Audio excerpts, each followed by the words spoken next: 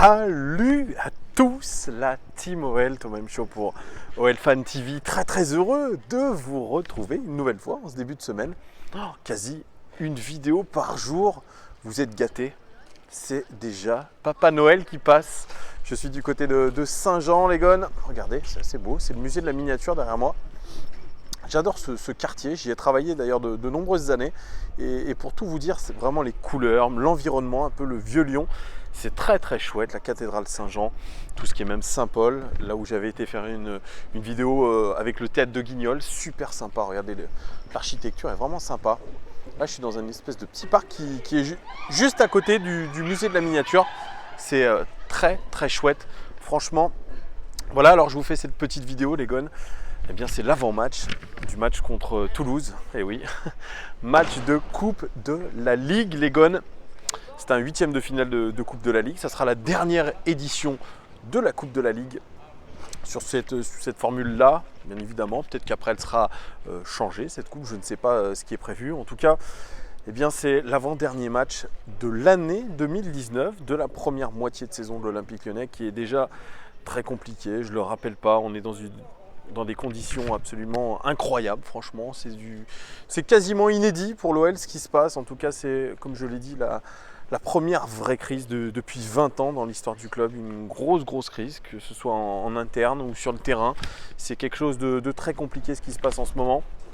Et ce match contre Toulouse n'arrive pas à point nommé parce que franchement on est vraiment dans l'expectative après ces deux graves blessures, notamment de Jeffrey Adelaide et Memphis Depay qui vont être opérés. Les ligaments croisés, c'est quelque chose de très difficile à vivre. Les résultats sportifs ne sont pas au rendez-vous. On vient de tirer la Juventus de Turin en Ligue des Champions. C'est peut-être la seule étoile dans la nuit. Et encore, il faudra réaliser une grosse prestation. Moi, je reste quand même optimiste, comme je vous ai dit. Après demain, on affronte au Groupama Stadium une équipe de Toulouse. Ça sera à 18h45, une équipe de Toulouse qui est moribonde. Pire situation que l'Olympique Lyonnais, hein, ça on peut le dire. Hein. Il y a pire que nous, mais franchement, voilà, une équipe de Toulouse à la ramasse complet en championnat. Donc je vais vous faire un petit peu une présentation de cette équipe de Toulouse. Après 18 journées de Ligue 1, le TFC a égalé le record du plus petit nombre de points, mais aussi celui de défaites consécutives depuis la création du club. En 1937, lanterne rouge, le TFC qui compte que 12 petits points en 18 journées. C'est le pire total de l'histoire à ce stade de la saison, à égalité avec 2003-2004. Autre performance historique, le nombre de défaites d'affilée du TFC sur une seule saison de Ligue 1, qui est de 8 depuis le revers de samedi dernier contre Reims 1-0. Série en cours, les Gones. Par ailleurs, la formation de Antoine Camboré, puisque Toulouse est désormais entraîné par Antoine Camboré, a perdu ce week-end son 4e match de suite à domicile. C'est déjà arrivé à cheval sur la saison 2004-2005, 3 revers consécutifs, et 2005-2006, 1. Mais sur une seule saison, c'est un véritable record. Le gardien Baptiste René, pourtant, c'est l'un des rares à échapper au naufrage collectif cette saison, a déjà encaissé 36 buts, soit 2 par match en moyenne. Dans les grands championnats européens, seuls les Anglais de Southampton rivalisent en porosité, en médiocrité même défensive. 36, mais en 17 journées, eux. Et ensuite, c'est les Allemands de Mayence. 38 encaissés en 15 matchs. C'est les deux seuls clubs qui font pire en Europe. Alors, entre blessures, suspensions et choix, Alain Casanova et son successeur Antoine Camboré ont aligné 19 compositions d'équipes différentes en autant de matchs, en comptant notamment le succès à Niort en Coupe de la Ligue lors du tour précédent. Et ils ont aligné 13 lignes défensives différentes et utilisé 10 joueurs différents en défense. Le nombre de buts marqués, 19. Voilà, 19 buts marqués, c'est pas terrible non plus. Ça correspond pourtant à l'exacte moyenne depuis le début de l'ère Sadran, qui est le président historique de Toulouse, depuis 2001, voilà, c'est une moyenne de buts depuis 2001, donc ils sont dans leur moyenne de buts marqués. Jamais le club toulousain n'a connu plus de 2 techniciens dans la même saison. On n'espère pas qu'Antoine Camboré soit viré, mais voilà, vu la situation du TFC, il va falloir peut-être aussi se poser les questions. L'entraîneur Antoine Camboré, lui, il paye surtout un recrutement estival désastreux qui fait aujourd'hui de son club la risée de la Ligue 1. qui est déjà très faible. Oui, je parle de risée parce que j'ai lu pas mal d'articles sur le Toulouse Football Club et franchement, c'est loin d'être reluisant. Il y a eu surtout des gros débordements lors du match contre Reims. Les supporters toulousains voulaient s'en prendre carrément à Olivier Sadran. Il y a eu vraiment de des graves faits. Voilà, c'est un peu comme chez nous, hein. Le climat est en ce moment délétère. La relation entre supporters, joueurs et dirigeants est franchement au plus bas en ce moment.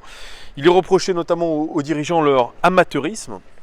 Alors il y a quelques symboles, notamment l'Uruguayen Rogel, c'est comme ça qu'on dit le G en espagnol, un Rogel, qui évoluait lui en Russie la saison dernière, gros gabarit, très pâteau et surtout très lent. Désormais, on parle de lui déjà comme l'un des pires défenseurs de l'histoire du club. Pour vous dire, même chose pour Nicolastimat Mirin, arrivé de Monaco, catastrophique. Aujourd'hui, il est aux abois. On peut mettre dans le même sac William Vainqueur, ancien de l'Olympique de Marseille, ancien de l'AS Roma, Wesley Saïd, plus cher recrue du club, recruté 8 millions d'euros, Makengo et encore Koulouris le grec. Et c'est pourtant une tradition au TFC de rater ses mercatos depuis 5 ans. C'est un club qui a toujours flirté avec la zone de relégation depuis une demi-décennie. C'est ça qui est très inquiétant. Leur cellule de recrutement est plus que jamais en cause. Antoine Comboiré, après la défaite contre Reims, il a surtout parlé des débordements. Voilà, en prévenant surtout ses supporters de ne pas faire n'importe quoi. Voilà, c'est au président aussi maintenant de trouver des sanctions, même de trouver les solutions. Lui, il doit trouver les solutions sportives sur le terrain et pour l'instant, elles sont très compliquées. Il est déjà tourné vers le mercato hivernal parce que voilà, il faudra recruter, il faudra surtout transférer. Ça va être compliqué. Donc on a deux clubs, l'OL et Toulouse, qui sont dans des situations un peu similaire, même si celle de Toulouse est un petit peu gravissime. Mais nous, à notre niveau et au niveau de notre budget, elle est tout aussi inquiétante. Et d'ailleurs, les climats autour des deux clubs est délétère. C'est un peu la même chose pour les deux clubs. C'est pour ça que le match de demain, très concrètement, je ne vois pas du tout un grand match.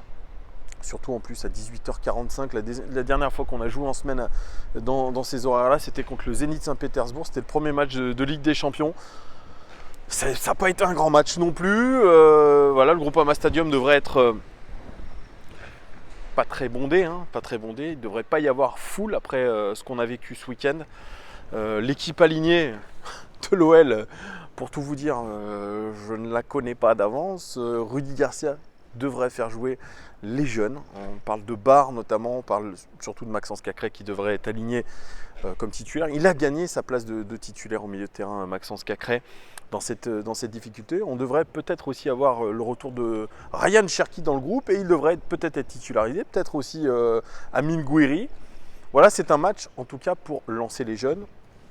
Les jeunes, on ne les lance pas dans un climat très serein, mais aujourd'hui, c'est peut-être la seule solution. Rudy Garcia vient de s'en apercevoir que lancer un jeune comme Maxence Cacré, ce n'était pas forcément une idée saugrenue, puisqu'il l'a reconnu lui-même, c'est dans la tempête celui qui a sorti le mieux son épingle du jeu. Donc pourquoi pas lancer un Barre en latéral gauche, pourquoi pas lancer en tant que titulaire un Ryan Cherki en attaque, pourquoi pas relancer quelqu'un comme Amine Gouiri. Voilà, c'est peut-être des solutions, même un Da Silva aussi qui est en train de flamber avec l'équipe de nationale.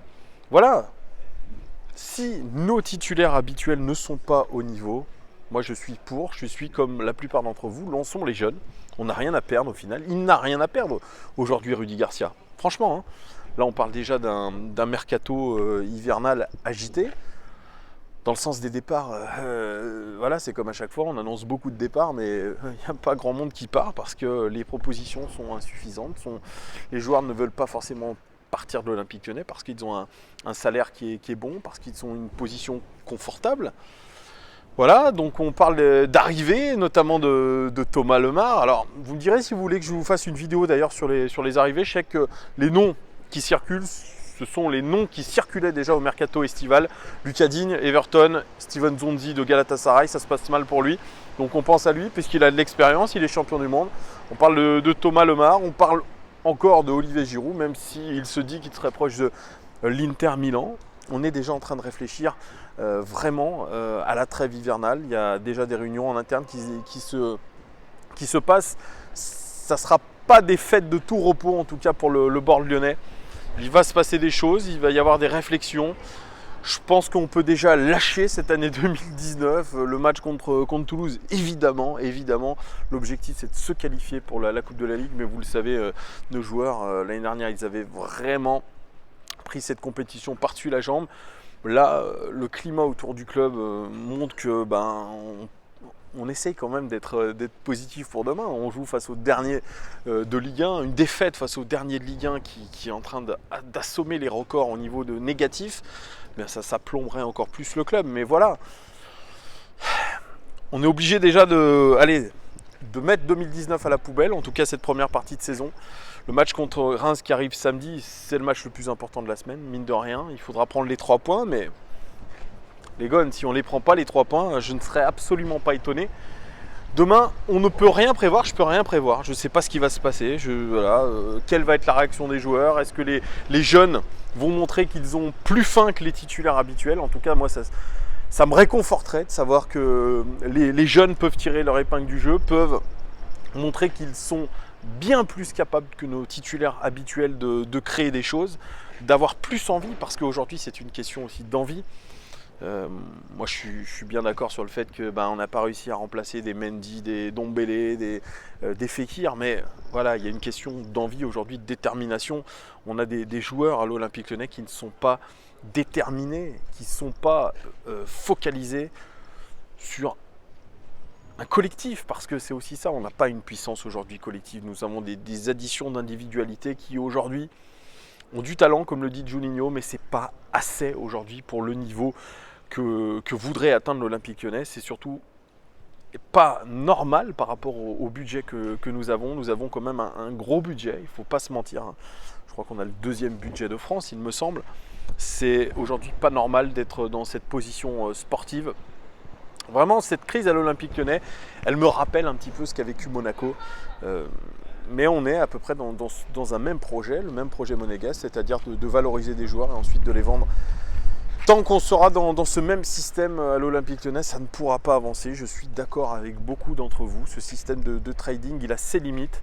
Si on ne peut pas retenir nos meilleurs joueurs, nous n'avancerons pas parce qu'au final, nous partons à chaque fois d'une feuille blanche. Et il faut pérenniser tout ça, notamment avec des joueurs qui s'impliquent vraiment dans le club.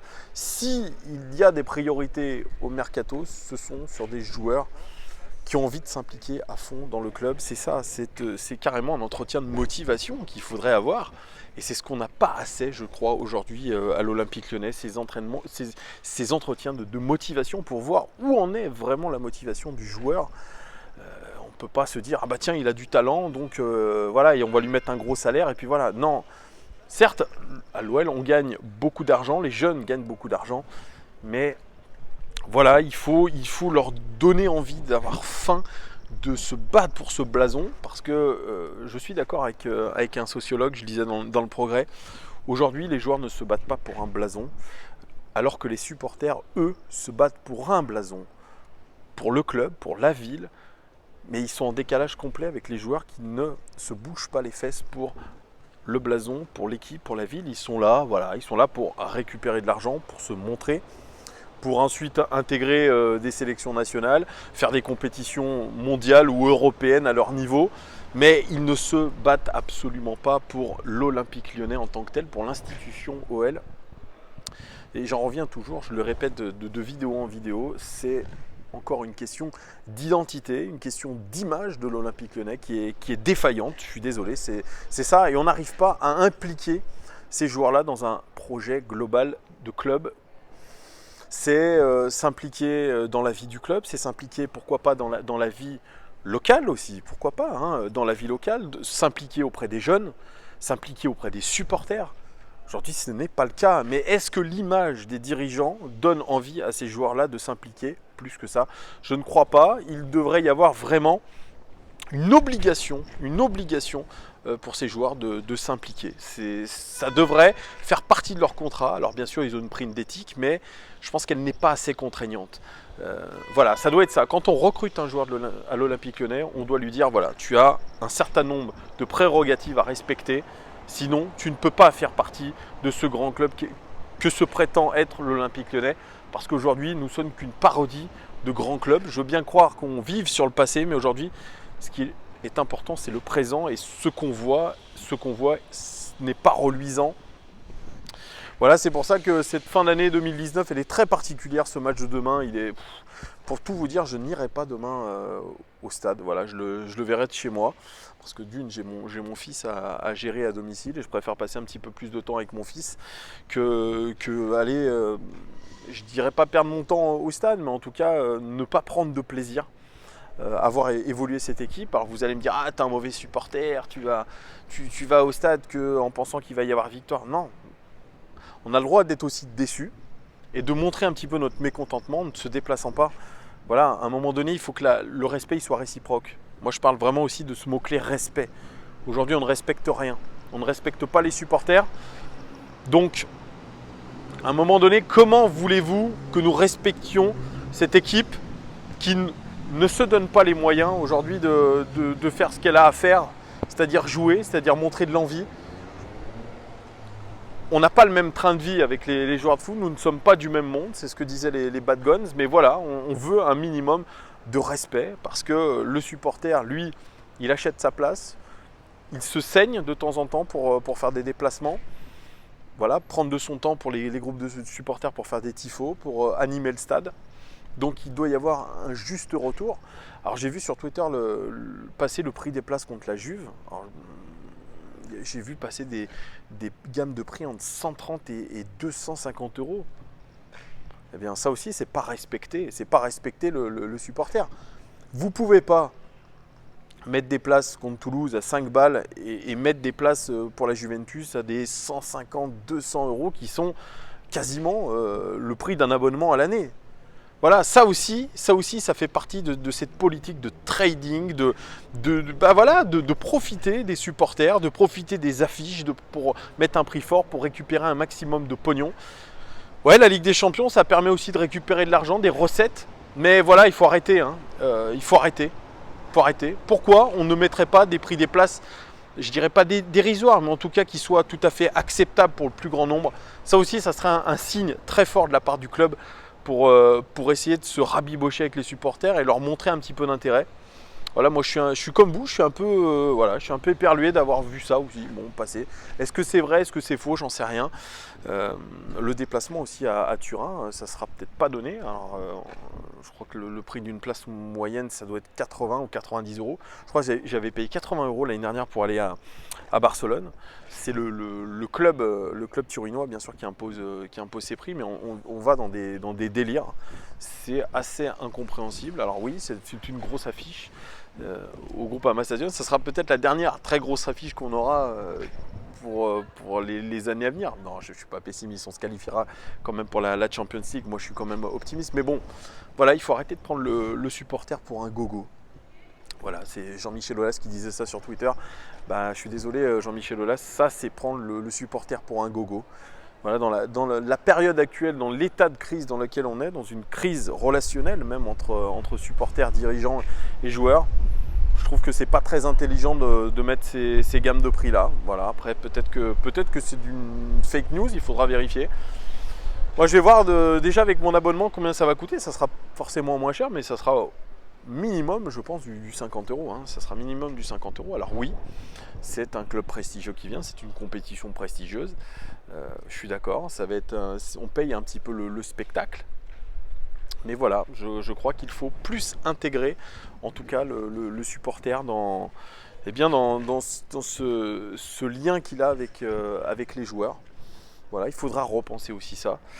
Voilà, donc demain, les Gones, pour tout vous dire, je ne sais pas quel résultat on aura. Je pense que ce sera un match plutôt fermé, de pas très très bonne qualité, mais on peut s'en sortir quand même. Même nos jeunes, s'ils sont alignés, ils peuvent s'en sortir. Et puis ça sera, s'il y a une chose intéressante, c'est de voir comment ils vont se comporter sur ce match, voir si on peut leur faire confiance. Parce que franchement, on va pas se mentir, Toulouse, ils ont le niveau en ce moment en Ligue 2. Voire niveau national, donc au final nos jeunes joueurs ils peuvent s'en sortir. Je vous le dis, si je dois donner un pronostic, je pense qu'on va quand même se qualifier dans un match qu'on va gagner 2-1, voilà, avec un but pourquoi pas de Ryan Cherki, un but de Oussem Aouar, voilà, je le pense comme ça. Il faudra voir aussi s'il n'y a pas de nouvelles blessures. Moi, je ne suis pas très confiant sur le fait qu'on n'ait pas de blessures jusqu'à la fin 2019 sur ces 2 matchs. Voilà, vu le climat en ce moment délétère et comme cette ambiance, elle joue un petit peu sur le physique, sur les organismes, ça ne serait pas étonnant d'avoir de nouvelles blessures. Je ne l'espère pas, mais il faudra voir aussi sur ce rayon-là. Voilà, ça sera mon pronostic. Voilà, dites-moi en commentaire, les gars, vous, ce que vous pensez de tout ça. Est-ce que vous seriez partant pour que je vous fasse une petite vidéo sur le mercato hivernal, sur les noms qui ont été donnés? Je vais peut-être pas détailler parce que j'ai déjà fait des vidéos un petit peu individuelles sur Lucas Digne, Nzondi, je crois que je l'ai fait. Olivier Giroud, j'ai fait aussi. Peut-être Thomas Lemar. Dites-moi si vous êtes OK pour ça. Dites-moi s'il y en a certains d'entre vous qui vont au stade quand même, supporter notre équipe. Et puis donnez-moi votre pronostic, les gars. Il ne me reste plus qu'à vous remercier. Vraiment, j'ai des commentaires qui sont vraiment géniaux. Géniaux pour la plupart. Vous êtes très sympathiques, vraiment très bienveillants avec moi. Ça me fait vraiment plaisir de faire ces vidéos pour vous. Pour qu'on puisse vraiment débattre. Si vous n'êtes pas d'accord, je vous le répète, vous avez le droit de ne pas l'être. Et puis de le mettre en commentaire, même si vous n'aimez pas, etc. Même s'il y a certains qui, je sais, qui n'aiment pas les pubs. Mais voilà, les gars, c'est un petit peu aussi pour m'encourager. Ça me donne un petit pécule quand même. Alors vous me dites, ah, t'es obsédé par l'argent, etc. Mais ça me prend un peu du temps, les gars. Ça me prend du temps de faire ces vidéos-là, quand même, dans mon emploi du temps. Et j'espère vous donner un contenu de qualité. Donc c'est... Voilà, vous avez la pub, vous mettez ignorer et puis voilà, on passe à autre chose. Mais je comprends que certains n'aiment pas cette pub. C'est vrai, je le comprends, je le vois dans certains de vos commentaires. Vous avez le droit de le dire. En tout cas, voilà, vous avez le droit de tout dire, même si je suis imprécis. Pareil, dites-le moi. Je ne dis pas que je suis un connaisseur à 100%, je suis juste supporter. Comme vous, les gars, merci en tout cas de vos pouces, vos abonnements, même partager ces vidéos auprès du plus grand nombre. On est de plus en plus en tout cas sur cette chaîne. Ça fait plaisir et puis ça permet aujourd'hui de libérer la parole, sachant que dans ce club-là, on est beaucoup dans l'omerta. Nous ne sommes pas dans l'omerta sur cette chaîne. Voilà, c'est pas la dictature de la pensée. On dit tout ce qu'on veut, bien sûr dans la limite aussi du respect de chacun. Hein, vous savez, ça marche comme ça. Moi, je parle beaucoup de respect. Voilà, il faut respecter aussi les avis de tout le monde. Tout le monde est bienvenu. J'ai vu qu'il y avait des Parisiens, j'ai vu même qu'il y avait des Stéphanois sur cette chaîne, des Marseillais. Bah voilà, tant que c'est dans le respect, etc., tout le monde est le bienvenu. Nous ne sommes pas sectaires, hein, évidemment. Voilà les gars, je vous souhaite une très belle journée et rendez-vous jeudi pour le débrief de ce match, ou peut-être mercredi soir, je ne sais pas, ça dépendra de mon temps. Voilà, à très vite les gars, ciao, ciao, ciao. Profitez, il fait bon, enfin il fait 15 degrés en ce moment à Lyon. Profitez, ce n'est plus l'hiver. Et puis les fêtes de Noël approchent, ça va permettre un petit peu de relâcher. Voilà, ciao, ciao, ciao, ciao, ciao.